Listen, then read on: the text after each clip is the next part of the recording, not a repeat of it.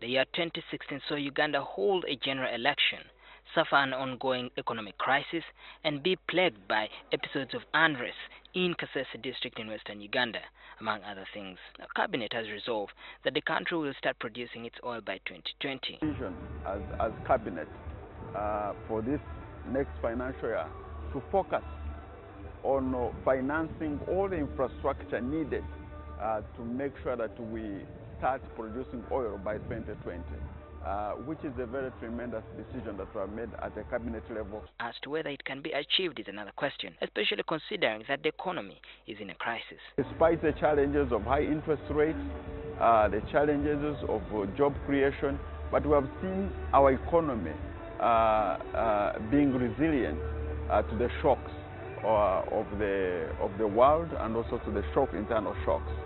There are politicians who predict that the situation for 2017 will be worse for Uganda because of the economy. The battle intensified this year. The battle for political space, the battle for democracy, the battle for institutional, constitutional governance continued, and it has continued up to this present day.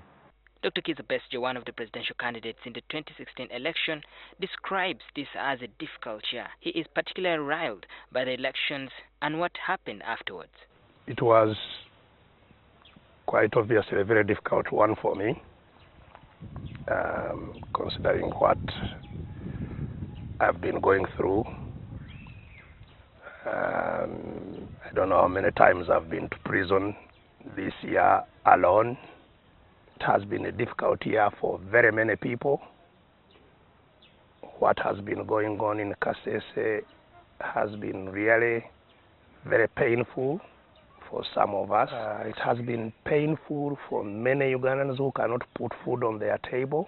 Meanwhile, Kampala Lord Mayor Arias Lukwago foresees a turbulent year as regards the constitution and the proposal to lift term limits for the presidency. Of 75, and he has no choice either to this 2017 to declare that he's not going to seek for another term, or to tinker with the constitution so that he prepares for 2021.